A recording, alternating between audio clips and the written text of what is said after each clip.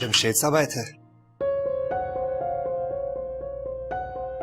हाँ, आए थे। सारा अलम हमारे कंधों पे डालने के लिए। बेटी इतनी बदतमीज है तो बाप क्या कम होगा? 2-4 हाथ आगे ही होगा ना। और मेरा नाम भी कुलसूम बानो है। एक बार जो आंखों देख लिए वो मक्खी दोबारा नहीं निकलूंगी मैं।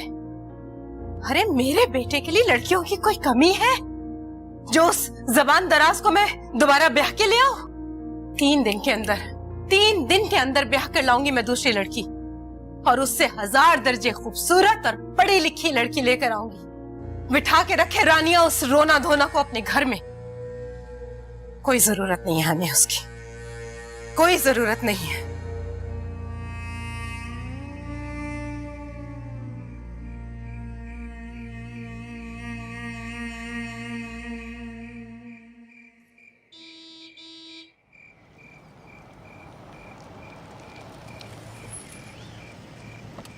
जी, कोई कांटेक्ट हुआ? कुछ पता चला? कहाँ चले गए हैं वो आखिर?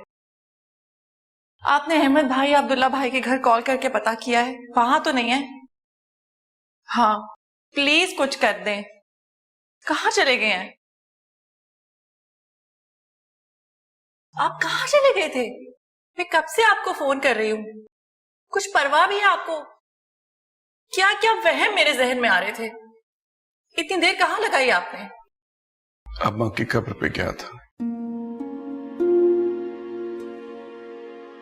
कि गोद में सर रख के रोना चाहता था।